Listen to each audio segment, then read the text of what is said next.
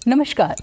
मोक्ष की नगरी काशी से एक बार फिर आप सभी महनीय दर्शकों का स्वागत करते हैं और आज हम बात करेंगे तनाव और अवसाद के बारे में। जी हाँ, एक ऐसी समस्या जो कभी कभी परिवार को या समाज को समस्या लगती ही नहीं है। तो चलिए आज इसी विषय पर चर्चा करते हैं और अपनी ज्ञान संपदा के साथ हमारे साथ मौजूद हैं डॉक्टर लक्ष्मण जी यादव। आप काशी हिंदू विश्वविद्यालय में कार्यरत हैं और आज इनका सानिध्य हमें प्राप्त है। तो बहुत बहुत स्वागत करते हैं लक्ष्मण जी हमारे कार्यक्रम में आपका। बहुत बहुत धन्यवाद आपका यहाँ बुलाने के लिए। जी। और तनाव या स्ट्रेस एक ऐसा आम सा शब्द लगता है कि एक छोटे बच्चे से लेकर के वृद्ध तक में ये सुनने को मिलता है, लेकिन तनाव एक बीमारी के रूप में अगर परिभाषित करना हो हमें तो क्या है तनाव? देखिए, तनाव की जब हम बात करते हैं तो सबके जीवन में कहीं ना कहीं तनाव है और हमें प्रेरित करता है हमारी ज़िंदगी में आगे ले जाने के लिए। और ये तनाव दो तरीके का होता है, एक सकारात्मक तनाव, एक नकारात्मक। इंग्लिश में कहते हैं तो यूस्ट्रेस एंड डिस्ट्रेस। तो डिस्ट्रेस थोड़ा नेगेटिव होता है और यूस्ट्रेस पॉजिटिव होता है जी। जैसे अब किसी की पदोन्नति हो जाए उसको पॉजिटिव तनाव होगा कि मैं कैसे काम करूँगा।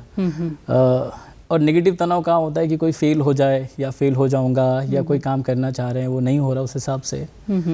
तो आम जिंदगी में तनाव तो सभी के ही लाइफ में है, बट तनाव का बृहद रूप कब हो जाता है? जब ये तनाव लगातार बना रहे आपके जीवन में जी। तो इससे शारीरिक के साथ साथ मानसिक समस्याएं भी आनी शुरू हो जाती हैं। तनाव में जब हम देखते हैं तो उसमें आप देखेंगे कैंसर तक के रोग होते हैं। बहुत सारी ऐसी समस्याएं जो तनाव से उत्पन्न हो सकती हैं। जब शारीरिक रूप मानसिक रूप की जब हम बात करेंगे तो उसमें आप जब तनाव परसिस्ट करेगा लंबे समय के लिए तो आपकी नींद, भूख, आपका मन नहीं लगेगा। जिन चीज़ों में आपको पहले अच्छा लगता था वो अच्छा लगना बंद हो जाएगा जी। उदास रहने लगेंगे, लोगों से आप कटे कटे रहने लगेंगे, आपका ध्यान कम हो जाएगा, जिसको हम अटेंशन फोकस कहते हैं, वो धीरे धीरे कम होने लगेगा जी। और एक एकांत में आप जाने लगेंगे। भविष्य को लेकर आप नकारात्मक हो जाएंगे।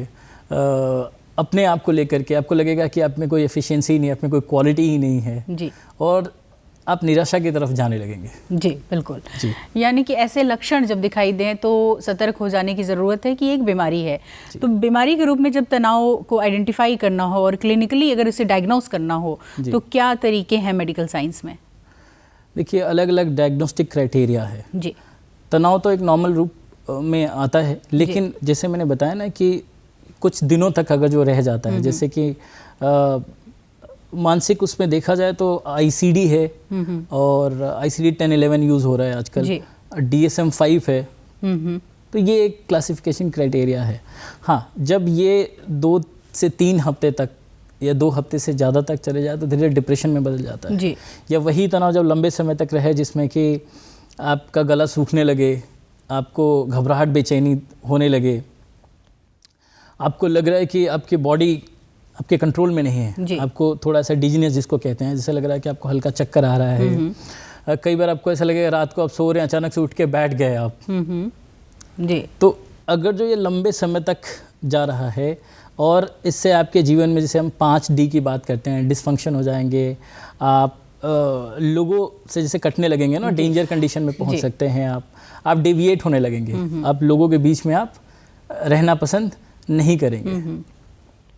ये जब सारी चीज़ें आने लगेंगी, लोगों से कटना, अपने आप से कटना, काम में मन न लगना और लंबे समय तक आपका नींद डिस्टर्ब होने लगे जी। बिल्कुल, आप प्रॉपर सो नहीं पा रहे हैं, सुबह उठ के आपको भारीपन लग रहा है, रात को आप सोने जा रहे हैं, आपको देर से नींद आ रही है, बीच में नींद कट जा रही है। तो जब ये 2 से 3 हफ्ते से ज़्यादा ये चीज़ें जाने लगेंगी चीज़ें और ये इस तरह की समस्या उत्पन्न होने लगे तो समझ जाइए कि आप समथिंग इज़ रॉन्ग विद जी। बिल्कुल। तो जब तनाव से आगे बढ़ते हैं तो डिप्रेशन की बात करते हैं, अवसाद की बात करते हैं। तनाव और अवसाद को अगर जोड़ के देखें तो क्या एक दूसरे से रिलेटेड हैं या अलग चीज़ें हैं? देखिए, इनिशियली तनाव सब में आता है, जब जैसे बताया ना कि जब इसका वृहद रूप होगा, जब ये तनाव लगातार आपके जीवन में मेंटेन रह जाए कुछ समय के लिए, जैसे कि 2 हफ्ते या 2 हफ्ते से ज़्यादा, तो वहाँ पर डिप्रेशन के चांसेस बढ़ सकते हैं। वैसे तो जब हम मानसिक समस्याओं की बात करते हैं तो बहुत सारी समस्याएं हैं, तो उसमें एक डिप्रेशन एक बड़ा कॉमन समस्या है। जो कि बड़ा ही अनकॉमन कर देता है इंसान को। जी बिल्कुल, तो अनकॉमन कर देता है और ऐसी स्थिति में जो है अपने काम पे, अपनी पढ़ाई लिखाई पे, रोज़मर्रा की ज़िंदगी पे बहुत इसका असर पड़ता है। जी। तो अपेक्षा ये होती है कि जैसे बाकी बीमारियों का ट्रीटमेंट है वैसे इनका भी ट्रीटमेंट होना चाहिए। तो क्या ट्रीटमेंट है आज के समय में? आज के समय में देखिए मेडिसिन भी हैं और काउंसलिंग एंड साइकोथेरेपी भी है जी। ये दो चीज़ होती हैं। ऊपर से आपका लाइफस्टाइल है जी, आप क्या बेहतर लाइफस्टाइल कितना आप जी रहे हैं। तो जब बहुत ज़्यादा एक्सट्रीम सीवियर केसेस में पहुंच जाते हैं जहां पे आपको होपलेसनेस लगने लगे, हेल्पलेसनेस लगे, लगातार रोना आ रहा है, आप बिल्कुल ही एक ऐसे नेगेटिव स्टेट में चले गए हैं जहां पे अब आपको कोई सपोर्ट नहीं मिल पा रहा है, तो वहाँ पे आपने जैसे डायग्नोस्टिक क्राइटेरिया की बात करी तो बहुत सारे साइकोलॉजिकल असेसमेंट्स हैं जो असेसमेंट करके हम ये तय कर पाते हैं, या जो उसका एक्सपर्ट होता है जब उससे मिलते हैं तो वो कुछ क्वेश्चंस आपसे पूछता है, उसके बेसिस पे वो एक डायग्नोसिस बनाता है। तो लगता है कि यहाँ पे काउंसलिंग की ज़रूरत है, माइल्ड मॉडरेट लेवल तक थे, तो वो साइकोलॉजिस्ट, साइकोथेरेपिस्ट के पास जाता है, काउंसलिंग लेता है, जो उसकी समस्या होती है वो बताता है। उसके अलग अलग, वो आम बातचीत नहीं होती है, ये आपको समझना चाहिए। लोगों को लगता है कि बातचीत से क्या होगा, तो एक बहुत ही स्ट्रक्चर्ड वे में, बहुत टेक्निकल, हाँ, ट्रेंड लोग होते हैं उसको बात करने वाले, जिसको हम मनोचिकित्सक कहते हैं। तो वो लोग होते हैं, उसके कुछ टेक्निक्स होते हैं, उस टेक्निक्स के थ्रू वो बातें करते हैं, असेसमेंट बनाते हैं, पूरा केस रिकॉर्ड बनाते हैं, फिर धीरे धीरे अलग अलग टेक्निक के थ्रू उस पर हम काम करते हैं। जहाँ लगता है कि स्थिति बहुत ख़राब है या बहुत सीवियर लेवल पे है, तो वहाँ पे दवाइयों का रोल जुड़ जाता है। अब दवाइयों के साथ साथ उस पर्टिकुलर पर्सन को ये भी ध्यान रखना होता है कि कब सोना है, कब उठना है, कितना काम करना है, कितना काम नहीं करना है, अननेसेसरी चीज़ों को बर्डन नहीं लेना है, अपना एक लाइफस्टाइल मेंटेन रखना है, एक हेल्दी लाइफस्टाइल जी, डाइट, प्रॉपर फिजिकल एक्टिविटी, अपना जी बिल्कुल। आजकल गलती ढूंढो, या अब कितना अपने आप को रिफ़्रेश रखने के लिए कितने रिक्रिएशनल एक्टिविटीज़ कर रहे हैं, हॉबीज़ आपकी किस तरीके की है, लोगों से आपका कितना पॉजिटिव मिलना जुलना है, पॉजिटिव मिलना जुलना की बात। लेकिन यहीं पे एक प्रश्न ये भी उठता है कि जब ऐसा व्यक्ति जो डिप्रेशन में है, खुद तनाव में है या किसी साइकोलॉजिकल डिसऑर्डर से जूझ रहा है, तो उसे खुद ये समझ में नहीं आता कि हमें अपने साथ क्या लाइफ स्टाइल मॉडिफिकेशन करना चाहिए, पॉजिटिव वे में कैसे रहना चाहिए, तो दवाओं पे बहुत ज़्यादा डिपेंडेंसी आ जाती है। और जब दवाओं की बात करते हैं तो समाज में एक धारणा ये है कि दवाएं जो होती हैं वो नींद की होती हैं, शिथिल कर देती हैं, बॉडी को बिल्कुल लुंज पुंज कर देती हैं, और पागलों की दवाएं चलती हैं ऐसी जो है, तो वो समाज भी उसे बड़े दूसरे दृष्टिकोण से देखना शुरू कर देता है। एज ए डॉक्टर आपका क्या कहना है? देखिए, भ्रांतियाँ हैं, बहुत सारी भ्रांतियाँ हैं। लोग, जैसे होता ना कि किसी के पास प्रमाण नहीं है, वो एक मुंह से निकली, दूसरे ने सुना, दूसरे ने, तीसरे ने, तो अब ऐसा है कि पहली बात तो ये डॉक्टर तय करता है या साइकोलॉजिस्ट तय करता है, साइकाट्रिस्ट तय करता है कि कहाँ दवा की ज़रूरत है और कहाँ काउंसलिंग की ज़रूरत है। कई बार आप नहीं होते हैं इस बात को समझने के लिए, इसीलिए तो आपके जो केयर टेकर है या जो केयर गिवर्स हैं, आपके घर वाले हैं, वो लेके एक्सपर्ट के पास जाते हैं। एक्सपर्ट आपको ये मदद करता है, जैसा आप नहीं समझ पाते तो कोई समझाने वाला चाहिए, तो वो आपका मेंटल हेल्थ प्रोफेशनल जो लोग होते हैं इसमें ट्रेंड होते हैं, दे ट्रेंड प्रोफेशनल्स, तो वो चीज़ों को बताते हैं।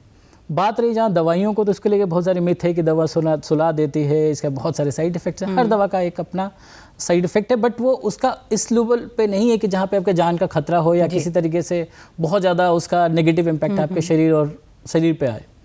हर दवाइयों का अपना, आप पैरासीटामोल भी खाते हैं तो उसका आप देखेंगे गूगल पे तो कुछ साइड इफ़ेक्ट्स होते हैं। बड़ा कॉमन सा साइड इफ़ेक्ट होता है जिसका बहुत मतलब आपको उस पर बहुत ध्यान देने की ज़रूरत नहीं है, और वो एक टाइम के बाद ख़त्म भी हो जाते हैं, उसको बेहतर साइकियाट्रिस्ट बता पाएंगे। लेकिन जब दवाइयों की बात करते हैं तो आजकल बहुत एडवांस दवाइयाँ हैं, 3rd जनरेशन चल रहा है, तो अब वो नहीं रहेगी बातें कि आपको सुला रहे हैं, आप खा रहे हैं, आप बिल्कुल लुंज पुंज हो गए हैं, अब उतनी चीज़ें नहीं रह गई हैं। लोगों की बात ज़्यादा ना सुन करके आप एक्सपर्ट्स की बात जब आप सुनेंगे तो आपके मिथ जो हैं वो क्लियर हो पाएंगे, आप तथ्यों को बेहतर तरीके से जान पाएंगे, समझ पाएंगे। लोगों की ना सुने, आप एक्सपर्ट की राय लें, उसमें मैं यही कहूँगा। जी।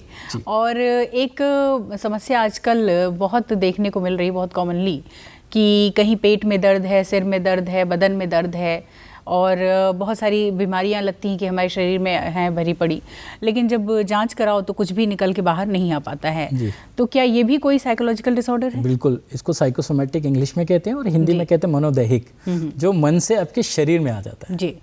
90% लोगों को आइडिया ही नहीं है कि जिस चीज़ से मैं जूझ रहा हूँ वो एक मनोदैहिक समस्या है, साइकोसोमेटिक है। कई बार डॉक्टर्स भी नहीं बताते हैं, मैं ब्लेम नहीं कर रहा हूँ, बट ऐसा होता है कि दवा पे दवा दिए जा रहे हैं। एक बार महंगी जांच, MRI, CT स्कैन सब कुछ हो जाता जी, है। एक वो अलग विषय हो जाएगा उस पे जाएंगे तो। लेकिन हाँ, ये एक चीज़ है कि ये साइकोसोमेटिक समस्या है जिसमें आप रिपोर्ट सारा करेगा, MRI करेगा, CT स्कैन करेगा, सब नॉर्मल आएगा। खट्टी ढकार आएगी, कच्चा ढकार आएगा, पेट फूलने लगेगा, खाने के बाद उसका लगेगा कि बाथरूम जाना है, जिसको हम IBS की समस्या कहते हैं। शरीर में दर्द रहेगा, पूरे सर में दर्द रहेगा, गैस बनेगा, समझ नहीं आएगा वो क्या करे, वो सारे जांच करा लेगा, परेशान रहता है।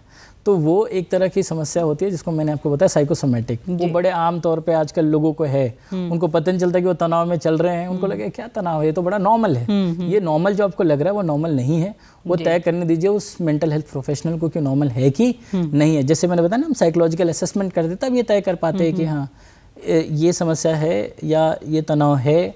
अब तो बहुत एडवांसमेंट आ गया है, तो ऐसे में अब जब आपको लग रहा है कि आपका रिपोर्ट नॉर्मल है तो इमीडिएटली आप शिफ्ट कर जाइए किसी मनोचिकित्सक के पास, साइकोलॉजिस्ट के पास या साइकाट्रिस्ट के पास आप जाइए, आप मिलिए। आप जब सारा कुछ करा लिया तो आप ये भी एक बार करा के देखिए। मैं काफ़ी हद तक आश्वस्त हूँ कि आपको बहुत लाभ मिलेगा और मिलता भी है। हमने हज़ारों ऐसे जो क्लाइंट्स है, हम पेशेंट तो नहीं कहेंगे, जो क्लाइंट्स हैं उनको हम लोगों ने ठीक किया है और लोगों को बहुत आराम भी मिलता है। जब उनकी कोई ऐसी परेशानी होती है, आते हैं, वो ट्रेन प्रोफेशनल होते हैं, बहुत आसानी से उसको इस लायक बना देते हैं कि अपनी समस्याओं को हल कर सके। बिल्कुल।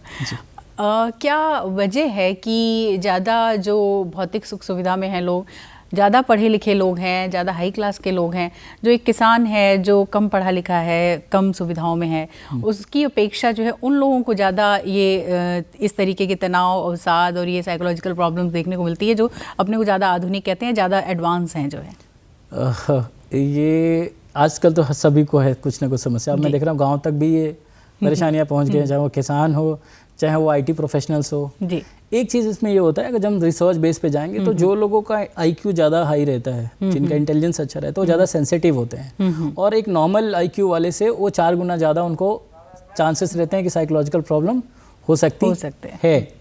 तो ये एक हो सकता है। दूसरी चीज़ क्या होती है कि आधुनिकता का कोई लेना देना नहीं है। एक्चुअली क्या एक भाग दौड़ भरी जिंदगी है जहाँ पे हर कोई एक्सेल करना चाहता है, बेहतर करना चाहता है, वो जीवन में वो सब कुछ पाना चाहता है, जितनी आपकी आकांक्षाएं हैं, भौतिक सुख सुविधा आप सब चाहते हैं। तो कहते हैं ना, हर इफेक्ट का एक साइड इफेक्ट भी होता है।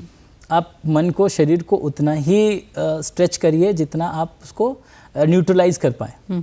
कई बार क्या होता है कि आप बहुत बड़े वृहद रूप पे आप सपने पाल लिए, फेलियर को जब कुछ होता है कि अनसर्टेन लाइफ है, कुछ चीज़ें हो भी सकती हैं, कुछ चीज़ें नहीं भी होंगी। तो नहीं तो हमारे जीवन में जैसे हमने मान लिया है कि नहीं चाहिए, हर चीज़ में होना ही चाहिए।